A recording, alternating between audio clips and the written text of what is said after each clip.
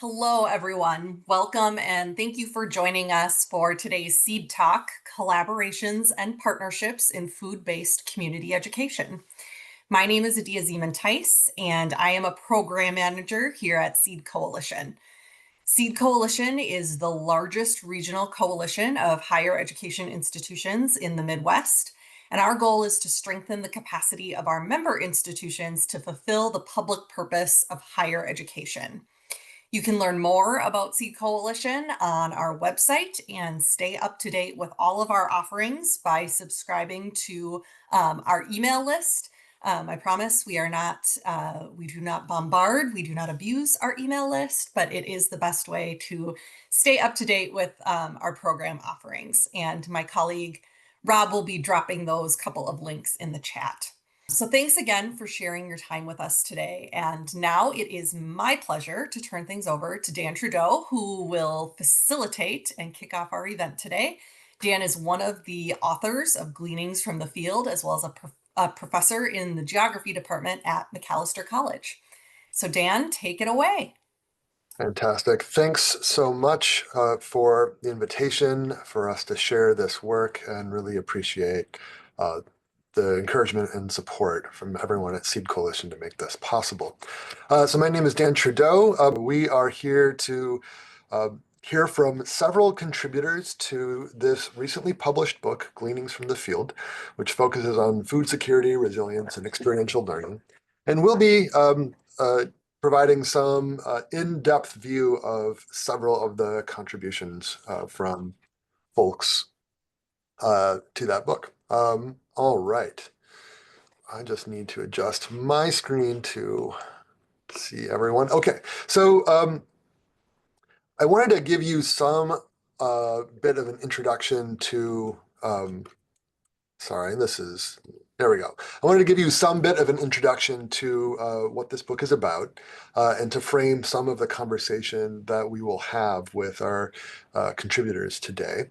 And in this book, which came out in earlier this year, April of 2025, and this book is published by Lever Press, which is an imprint of the University of Michigan. And if you went and searched the title online, you could find your way to the open source version of this book. And so you're welcome to access it that way. And if you want a print copy, I'm sure those are available as well, although they're not necessarily at zero cost. So this book is a collection of 15 essays that's really focused on providing information that will be useful to folks in higher ed in particular. And our goal in creating this set of resources is to better prepare students for real world problem solving. And we focused on food security issues, in part because this is something that we find many educational practitioners and students can relate to. We all need food, and we all probably have encountered situations in our different places where there is the distribution of food or access to that food is not commensurate with the need. And so while it's about, we focus on food security, we think it's relatable to other issues. And we're individually, everyone is focusing on developing some learning experiences that have a high impact for student learners. And they manage that through creating experiential learning activities. And so folks that you'll hear from were involved in piloting or testing a learning experience in their respective locales and their institution. And we'll hear about how that went. For y'all's reference, when we're talking about food security, we're referring to having a sufficient and reliable supply of food that's affordable, nutritious, and culturally appropriate. And there are many dimensions that relate to this. It's not just about distribution. Oftentimes it's about, do people have the equipment that they need to process vegetables into food that is recognizable according to different cultural traditions. And one of the things that we're finding as we're confronting in this book is that the issue of a lack of food security or food insecurity, it's complicated. And it's complicated because it's the reasons for its presence in different locales are different. And it's important for us to address this because everyone needs food, and we'll need food well into the future for us as a species to persist. And so we want to make sure that the solutions to addressing food insecurity are thoughtful and proceed in ways that are sensitive to the various causes and complications that exist for problems of food insecurity. So in this book, generally we're arguing that we can support students in responding to wicked or confounding or complicated problems surrounding food insecurity by training them to be critical thinkers, purposeful actors, and more resilient problem solvers. And this term wicked problem, think of it as a problem. It's not like a puzzle where you're missing a piece and you just need to find that to put it into the gap, but that the problem continues to unfold as you work on it. And so it's an intractable, complicated problem, different from a puzzle. And so we're arguing that as educators, we're more effective when training students to be these purposeful actors and resilient problem solvers is tethered to experiential learning that really focuses on supporting people and engaging in these wicked problems. In our book, this is our model of change. It's a theoretical framework that we use for conceptualizing multiple dimensions of food security. And we have a variety of learning approaches here. One of them is experiential learning, which will focus on our time today. And we want to zoom in on that, but we also are noting that as we focus on these different learning approaches, it is meant to help certain mindsets or dispositions for learners to inhabit understanding and empathy to help them stay motivated in the face of an intractable problem and for them to be resilient as engaging in these issues can sometimes take quite some time.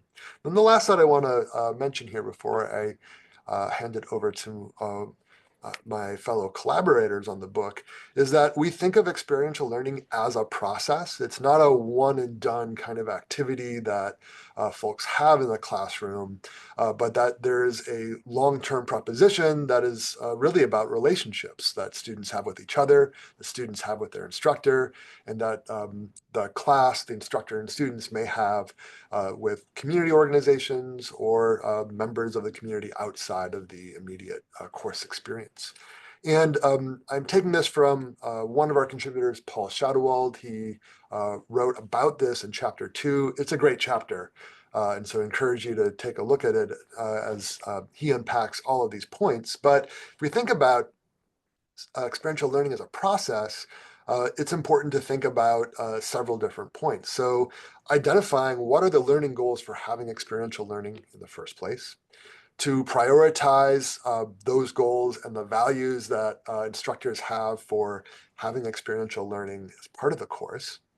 And then thinking about the logistical, how do you get students prepared to leave campus and be purposeful in their actions and mindful of different community norms, so that you can make sure that their experience is impactful, both for them as learners, but on the larger set of relationships that you're managing.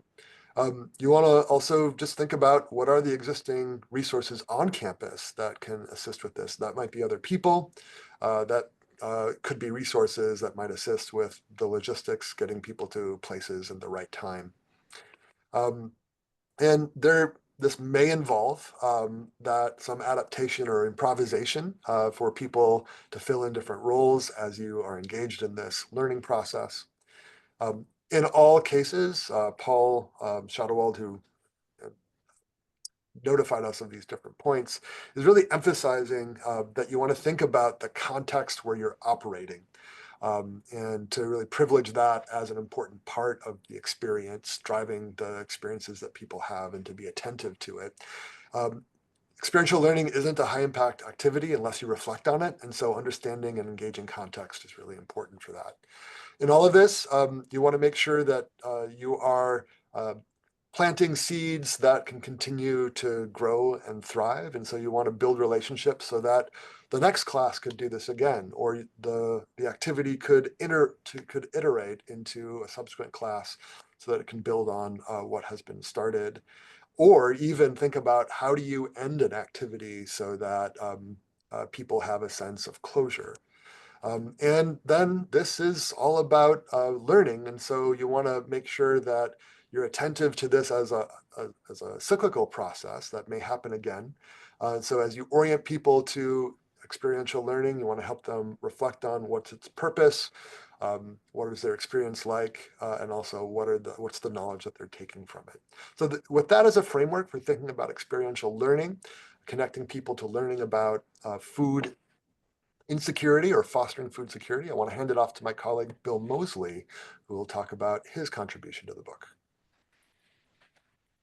Thanks very much, Dan, and thanks, Aja, for facilitating this session. Before we get started, we did a previous session a couple weeks ago where we talked about sort of content of food studies courses, and really the focus today is on collaborative learning and building partnerships with community partners. I also want to acknowledge my two co-authors on what I'll be sharing today, Dan Gunther and Margaret Pennings, who are co-owners of Common Harvest Farm in Osceola, Wisconsin. They can't be here today, unfortunately. They just wrapped up their harvest season, and very understandably, they're taking a little bit of time off to spend time with their kids. So I'm going to be sharing my reflections on this experience with Common Harvest Farm, and in particular, thinking about the sort of engagement aspects. Next slide, please. So I'll talk a little bit about sort of the background of the collaboration, then share lessons that we've learned. We've done this for over 10 years now, and then end with some advice or reflections on sort of nurturing these types of collaborations. Next slide. So I've been teaching a course on sort of environment and society for over 25 years ago, 25 years at Macalester College. That course transitioned about 15 years ago to having more of a focus on food and agriculture, because that's increasingly what was of interest to my students. And as we did that, I was really looking around for a field component. And initially, we started by visiting the farmers market. Sometimes we still do that, but quite serendipitously in 2013, Dan and Margaret, co-owners of Common Harvest Farm, who had a daughter who was a student at Macalester, wrote to the college and said that they were interested in collaborating. And myself and some other professors at Mac responded quite enthusiastically.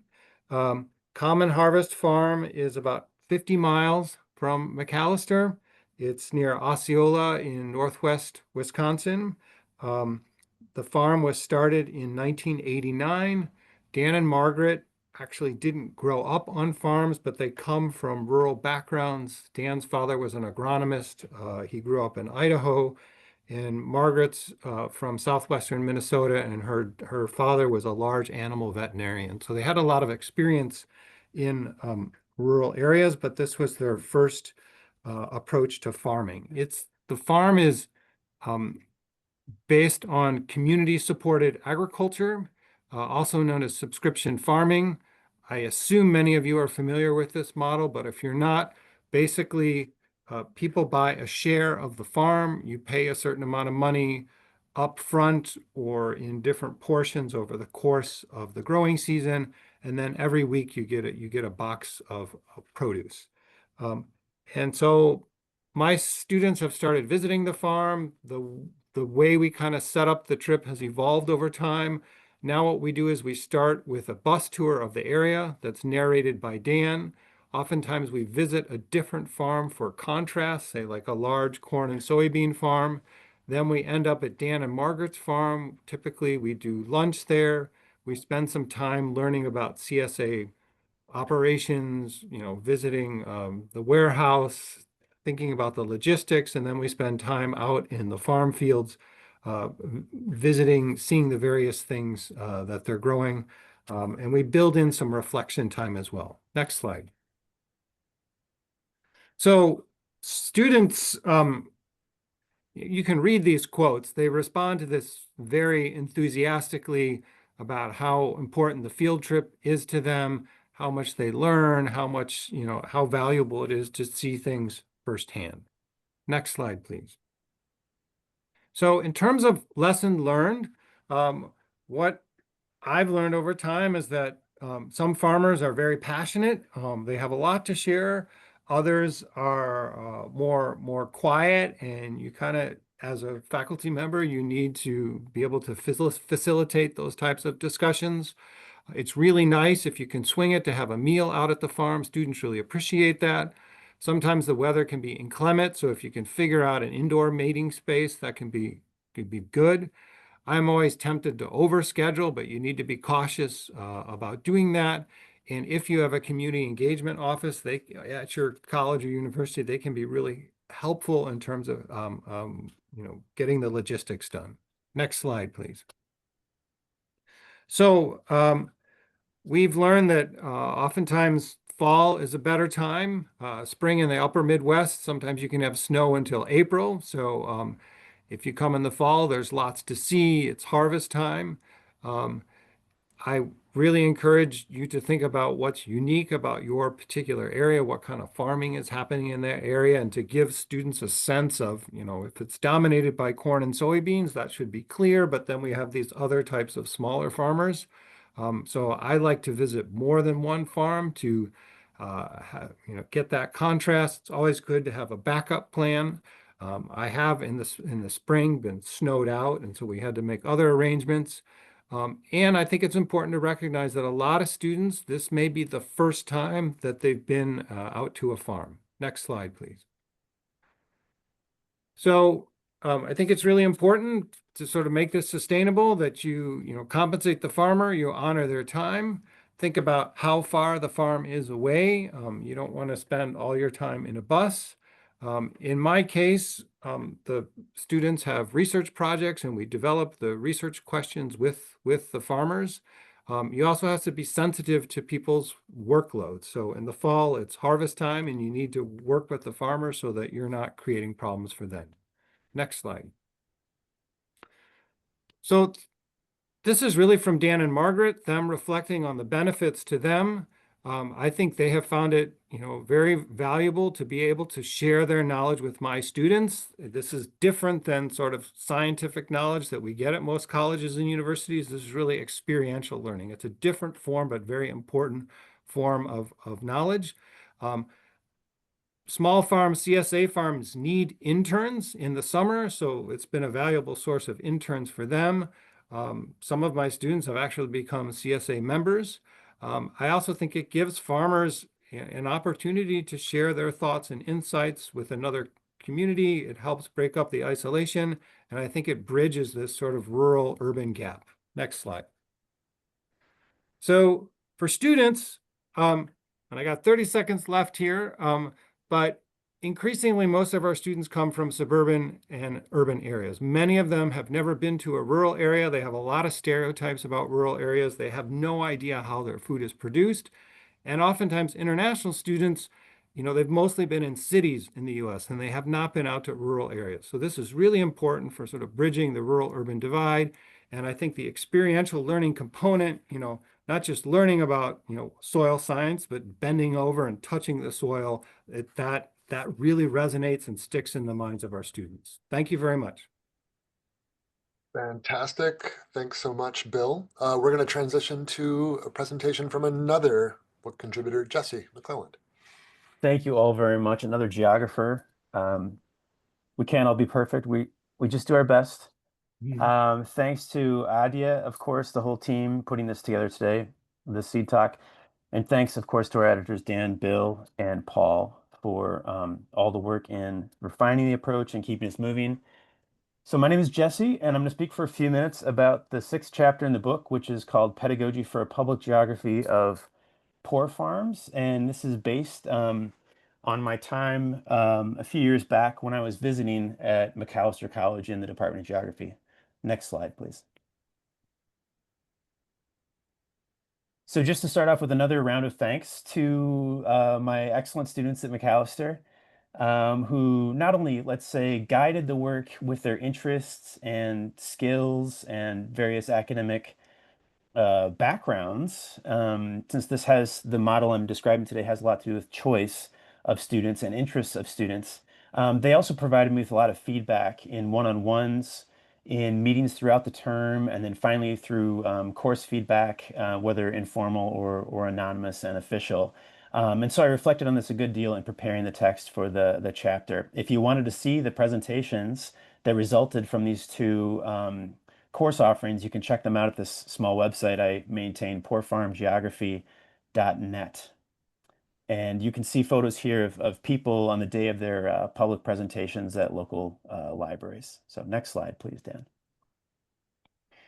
So the writing, as I mentioned, flows from my experiences at Mac a few years ago, but has also informed me in my current work with transformation and reentry through education and community, which is the largest degree-bearing prison education program in Minnesota. And so I'm currently working on facilitating with my co-researchers who are behind bars at the Faribault Prison.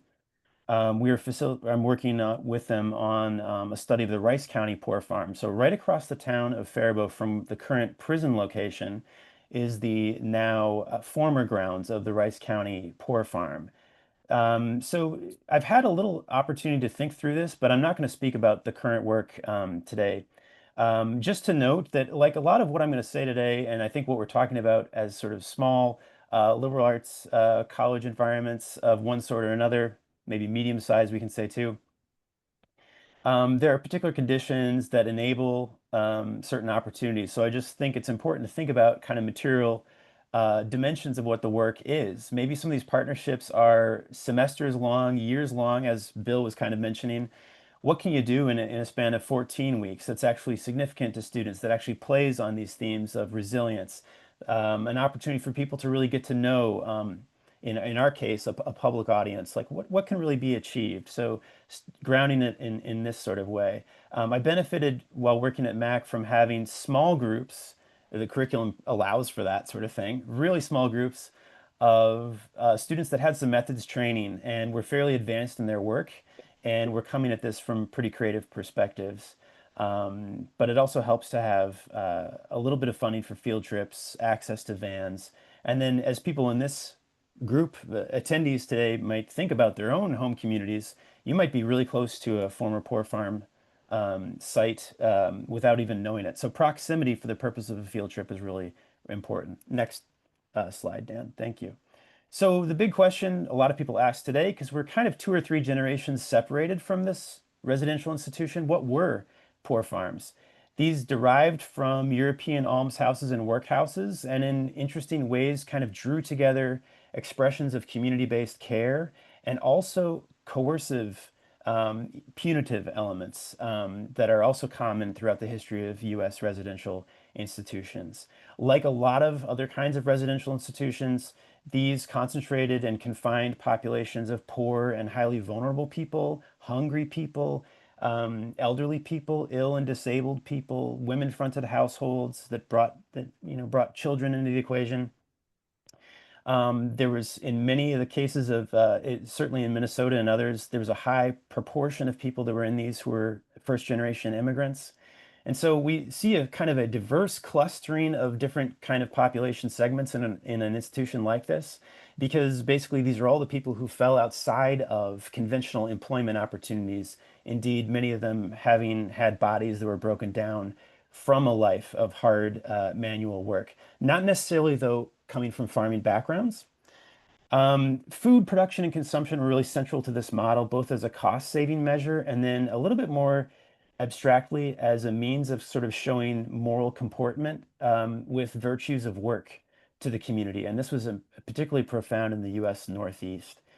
A bit like Bill referred to these cultural tensions or differences between urban and rural regions. Interestingly, poor farms are not easily classed as either rural or urban, but they're always local. They're always locally managed and envisaged and governed and funded. And so there's a great deal of idiosyncrasy in terms of who was in these, how the model actually held up or didn't hold up after, for example, a couple years of bad harvests. Um, we finally, these shut down with federalization of welfare during the New Deal years. So by the 1940s, 50s, 60s, the grounds of former poor farms start to fragment. They get sold off, they're kind of behind fences, or they get turned into other kinds of county uses. And this is part of why they've been forgotten and why you can't find them on maps and such. But we had about 2,000 total in the United States and 60 in Minnesota, including the one in Ramsey County, which is actually founded before Minnesota statehood. So this is a very early kind of residential institution, and for many places it was the only sort of residential institution. Therefore, it sort of is pressed into service for all different kinds of unresolved social crises related to poverty, food security, and so on and so forth. Okay, please, Dan. I would love to get into the thick of this, but time just won't allow for it today. Just to reflect on a couple of archival traces that are just about as fragmentary as the grounds that I mentioned, which are hard to find as well. So one of the great resources I've had the opportunity to refer to with students and co-researchers is an inmate registry, which simply shares a demographic sketch of every single person who moves into the doors, gives a little bit of reasoning as to like why they've arrived in this institution, and then often says whether they've died, they haven't survived the institution, or they move on to some other place, often some other kind of residential institution. There's some storytelling there, some thick description is hard to conjure up for the public, but there's a sort of the beginning, let's say, sapling stages of a broader effort there to tell stories about individual people. You can get a glimpse into the political economy of how these things worked by looking at newspapers producing overseers reports that talk about just how many sheep, how much corn raised, how many pigs, and so on and so forth. And then it's been a great joy. Geographers love field trips typically. And so going to some of these former sites, we realize how they're completely absent the local public imagination if they don't have any kind of plaque or it's no longer county grounds. And so trying to think about how we reconnect to these places and understand broader processes. And that's kind of where you catch some local public investment and interest in what the story is. Maybe people don't come with an interest in food security. Maybe they don't come with an interest in human welfare, but they want to know something about the town in which they live or this outlying place they'd heard tell of at some stage. Okay, Dan. 5 lessons learned. I could go into a little bit of depth here, but I'll just try to keep it quick.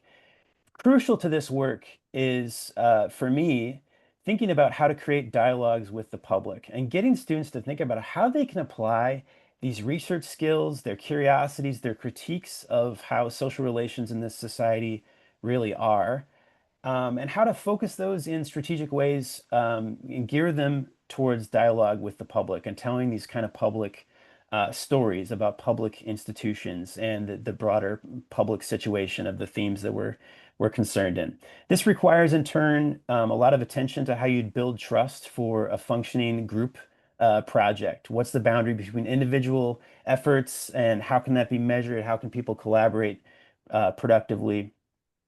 And I would say another key here is to make this about an immersive process. So we're not going to have quizzes. We're not going to have exams. Any reading assignment, any work that we do is directly about preparing for some of the empiric study we're going to be doing. So by week 2 or 3 in a semester, we're starting to transcribe. We're starting to go to archives. We're really getting our hands in these old dusty boxes and taking some photos and maybe going to some of the sites that figure historically off site of the grounds, but somehow still really germane to what happened on poor farms. My 4th point here as a lesson learned is instead of thinking about this as exercising key methods like for archival research or thinking about it, I will always think about it as mixed methods research. Really, I always wanted students to be thinking about the quality of the end product and what do we have to say as scholars at whatever stage of our journey for the general public. So emphasizing the quality of the finished project and all the skills, including skills for design and public speaking that kind of go into a finished project. And then an invitation again to anybody here who's around Luther College and so on and so forth, other places. Local experiences being important to the case study. This is maybe also something Paul harped on in his chapter, but really thinking about what do local experiences furnish for us in the present day to reflect on, thinking about SNAP benefits, thinking about homelessness, thinking about anti-immigrant stigma, which is so prominent right now. Something like this can be a novel kind of way into those discussions. Next slide, please, Dan. Just to think about kind of creatively a bit in a sort of a plastic sense, all the different ways that this can be public work, partnership work, from the archives we that we draw upon, to the sites that we go to that still might be maintained by a county, to the platforms that, I kind of figure out a way to get invited to have students present at the East Side Freedom Library in St. Paul, wonderful little institution, the Hopkins Public Library, where the Hennepin County Poor Farm used to be located.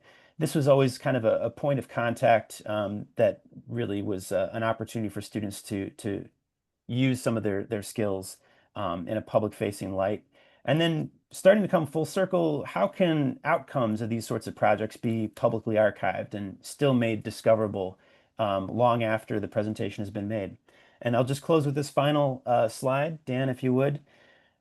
Just a provocation here. When you do archival work, there's stuff you come across which doesn't necessarily validate or invalidate any kind of analytical claim.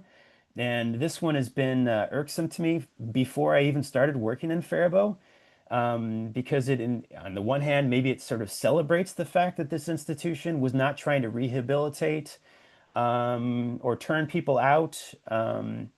It was a place people could leave. That's partly why I don't really think of it strictly as a carceral institution. However, there's certainly a degree of dismissiveness or there's a kind of a degrading portrayal here, which has some anti-immigrant overtones that also should be considered. So staying curious, keeping the clay wet, thinking about how the object of your research reflects a broader kind of community or even kind of cultural question. That's part of, I think, what drew my students into this work, and that's part of what keeps me committed to it. So thank you all for your time.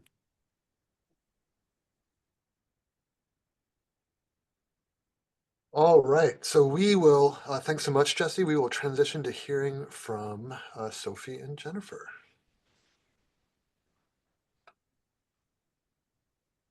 Hi, everyone. Excuse me. I'm sitting and listening with a in my throat.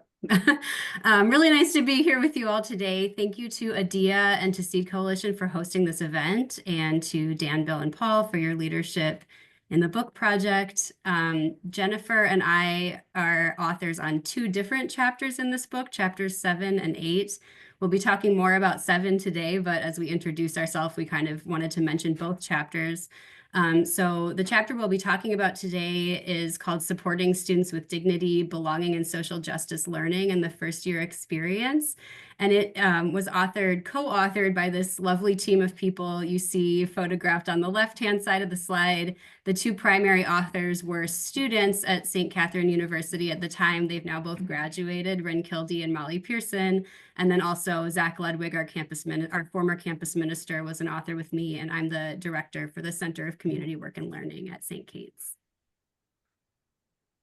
Thanks, Sophie. And I'm Jennifer Tacheny, and happy to be here. I'm Director of Community Engagement and the Food Access Hub with the Sisters of St. Joseph of Carondelet in St. Paul, referred to as the CSJs. So as Sophie mentioned, we're engaged in 2 chapters.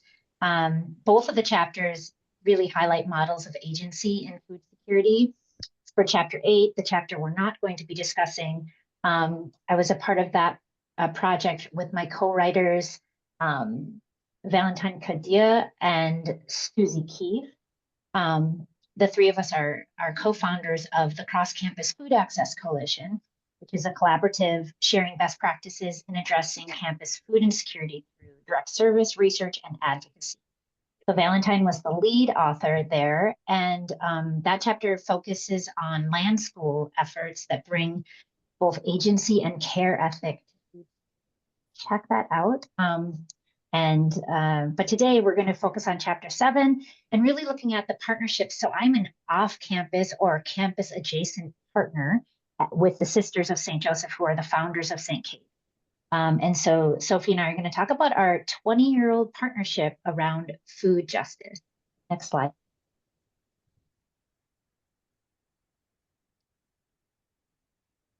So the Food Access Hub is a partnership, as I said, between the Sisters of St. Joseph, CSJs, and St. Catherine University.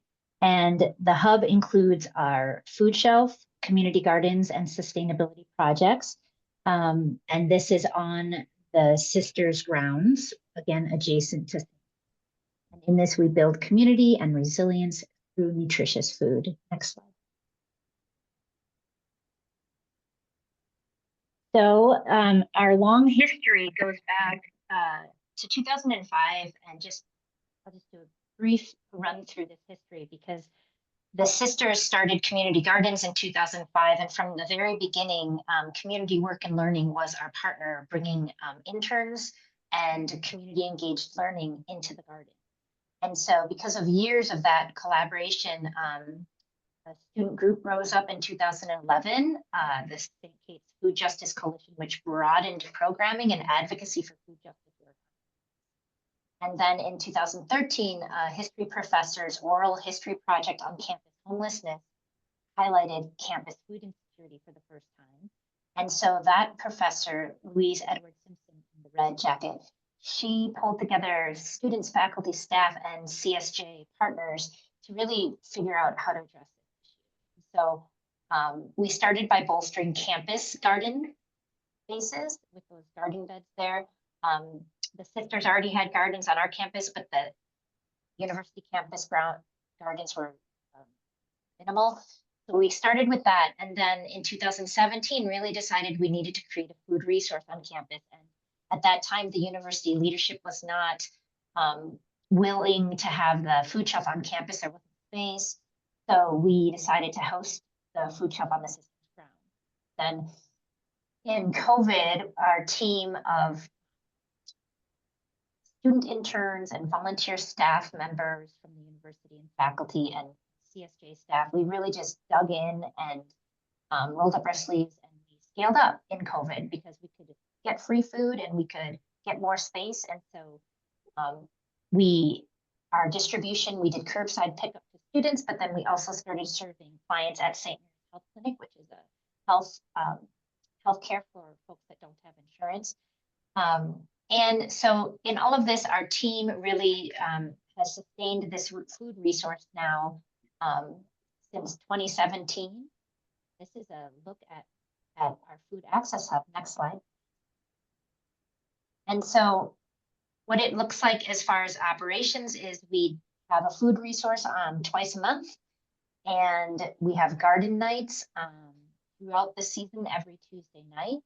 We have sustainability projects and initiatives, and then we also support this cross-campus food access coalition for sharing best practices to address food insecurity across various college campuses. Next slide.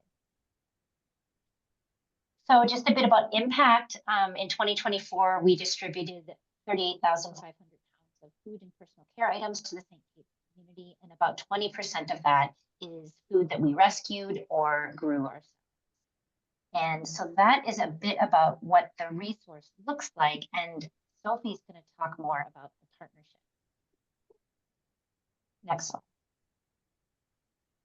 Yeah, so I'll try to be quick on this slide. So so the Center for Community Work and Learning is our hub for community and civic engagement on campus. And so we support community engaged learning courses, about 80 courses a year across all schools and colleges at St. Catherine University. We have community-based internships and tutoring through our office, and then we also support civic engagement initiatives. And as Jennifer said, our whole 25-year history, almost the entire time that the gardens on campus have been around. And then as the Food Access Hub grew, we have been partnering closely with the Food Access Hub, mainly through internships and through community engaged learning courses going to work in the garden. Next slide.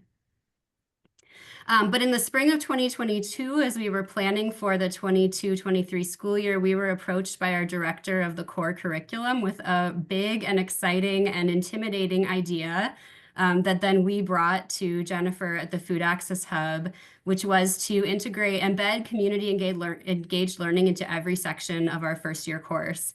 So we have done this, and we have numbers at the bottom just so you can kind of understand the excitement and the intimidation of this. We're working, adding 20 sections and then up to over 30 sections of this course that we are finding community engaged learning experiences for.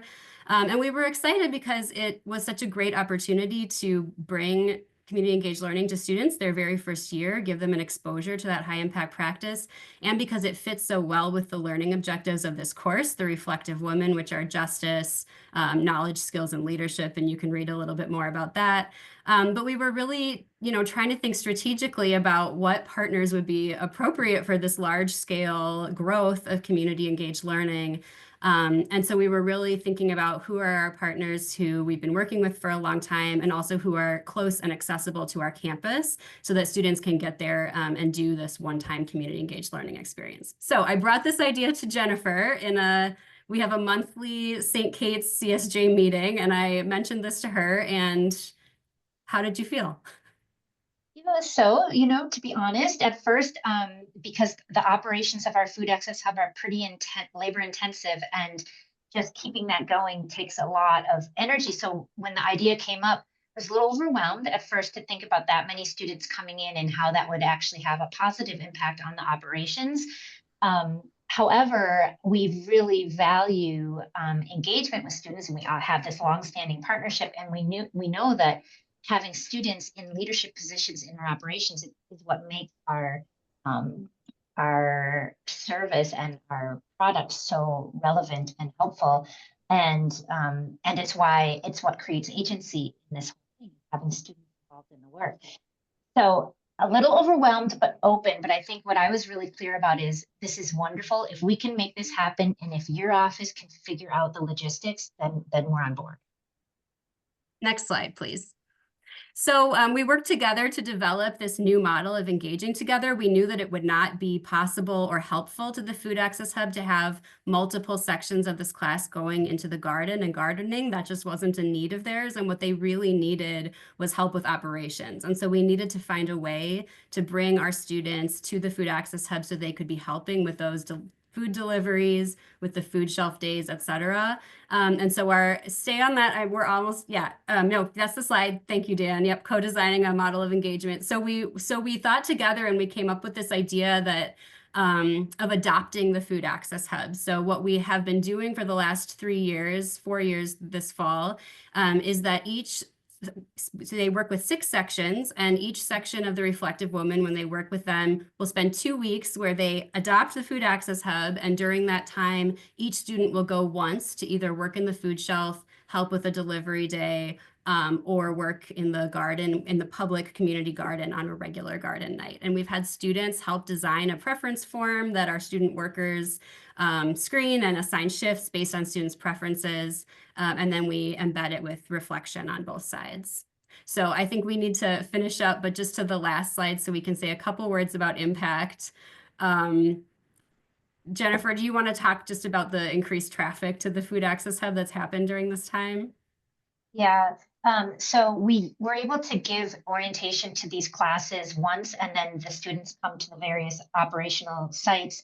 And basically, it's helping us promote the resource, because all of these students are learning about it, and then they're becoming familiar with it, and they're involved in it. It actually helps us create a very circular model so that students are coming in, they're learning about it, and they're helping us to provide this resource, and then they're coming in additionally to utilize it.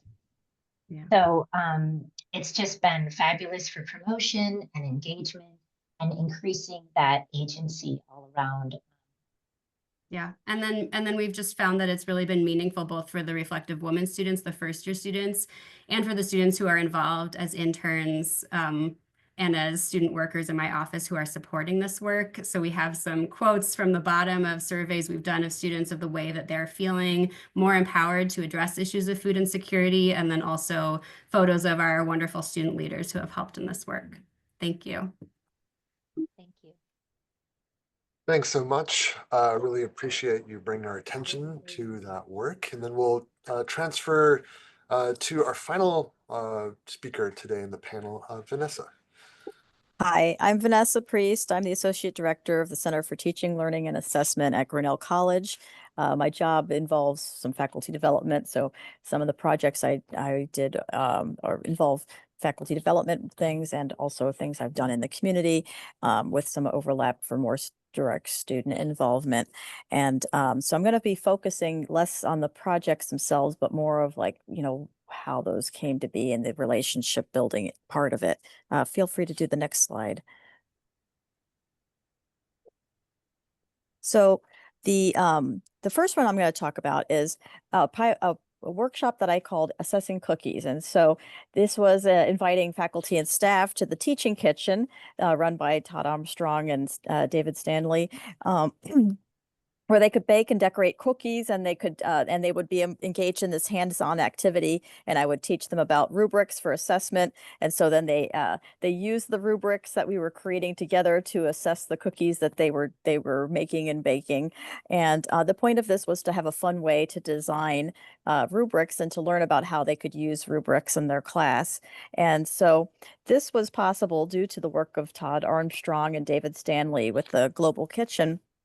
And so I saw, I had been part of workshops and other things that Todd Armstrong and David had done, and tours of the kitchen and other things to help show the possibilities of that. And so from that, I was able to combine that with the need that I had for professional development, and they were kind. They were very helpful in inviting us into the kitchen and helping me think through the logistics of how to do an activity like this.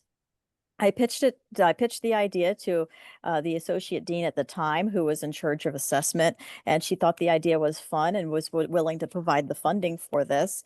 And as far as the advertisement and recruiting of participants goes, I reached out to the early career faculty and staff group on campus, and they helped with the advertisement and and we were able to do that. And then dining was perplexed when I first reached out to them, but again, they also helped me out by providing the raw cookie dough that then the participants could shape and decorate and bake.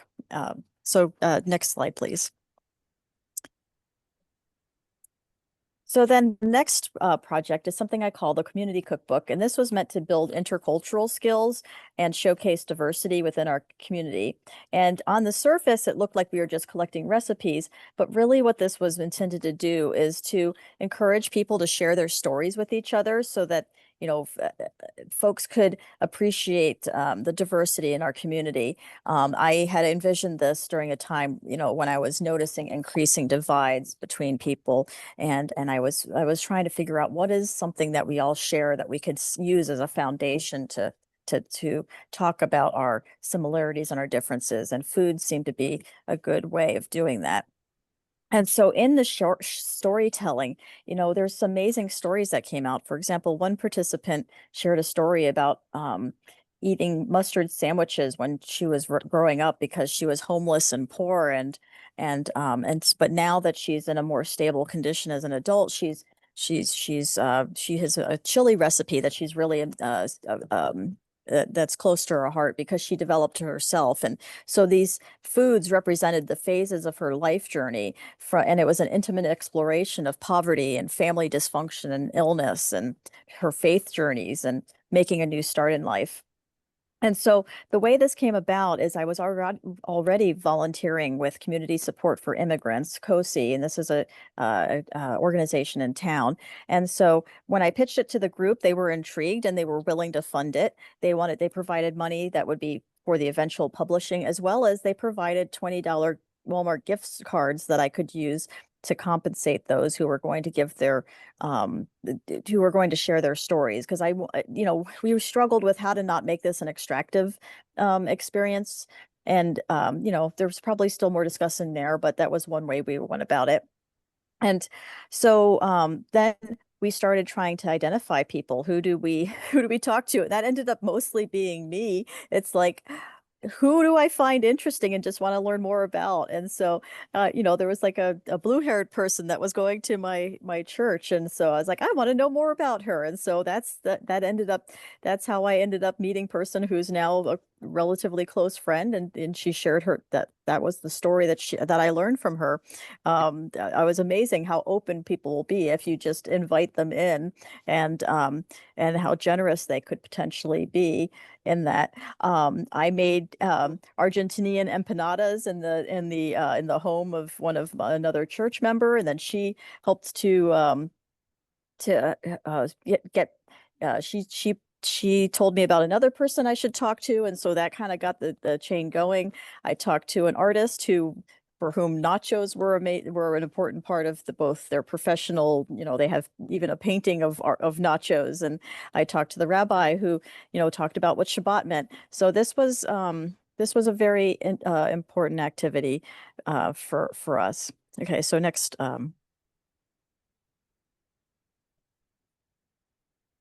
Okay, so then the FYE class and the cookbook, I actually then tried to incorporate this into, we have a first year experience class, and this is a 6 weeks class. It has sort of a predetermined structure and content, but the intention of it was helping students to be able to, develop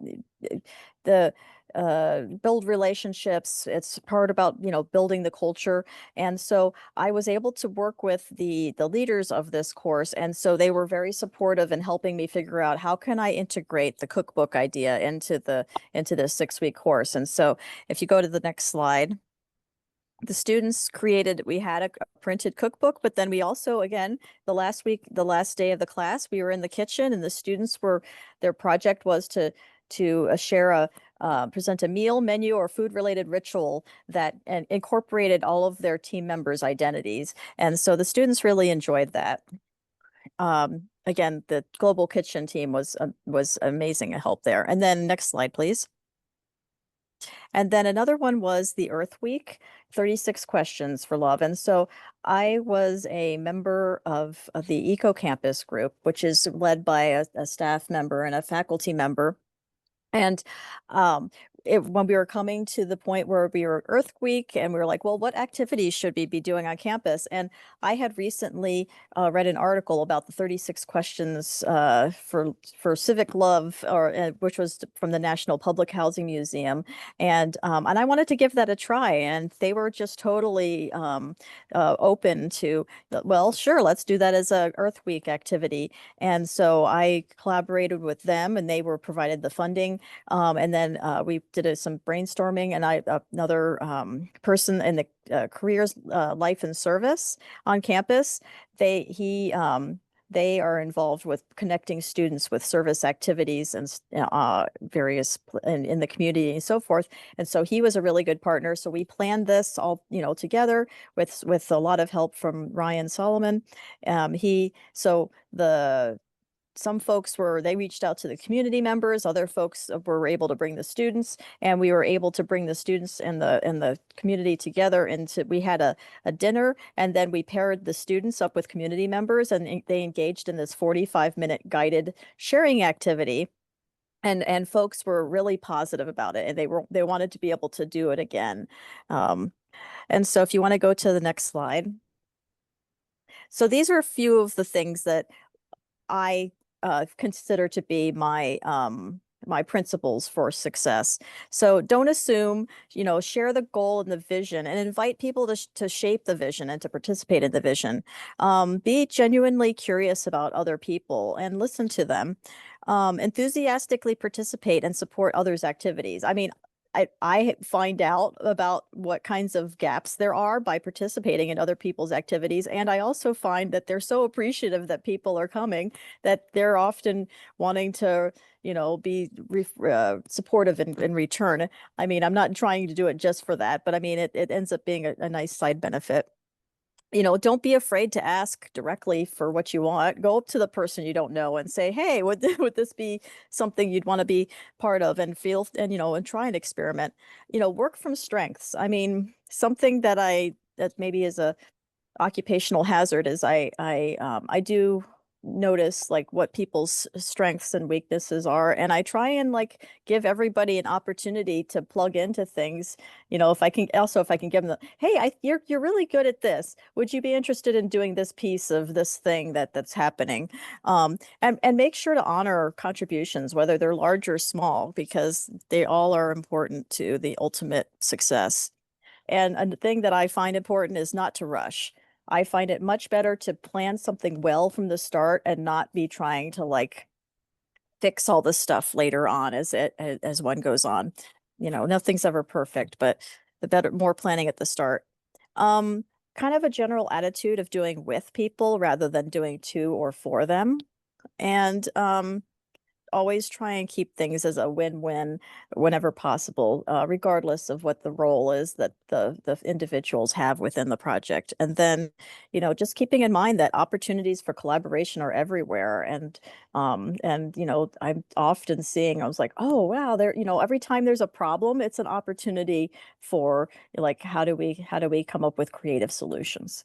Okay, sorry, we're at 103. I apologize. Thanks to all of our presenters for joining us today. As you can imagine, there was so much content here to cover today, and so much good information that we really used up our time. So we understand for those of you that need to log off and take off and move on to the next part of your day, but please do keep an eye out for an email in the coming days that will have the links, as well as all of the resources that were shared from both of these two seed talks. If you do have any additional questions and can hang out for another few minutes, hopefully a few of our presenters can also stick around for a couple of extra minutes to chat a little bit. So if you have some specific questions that you want to hang out for, we invite you to hang tight. Otherwise, we understand if you need to take off and move on with your busy schedule for the day. So thanks to everyone for joining in.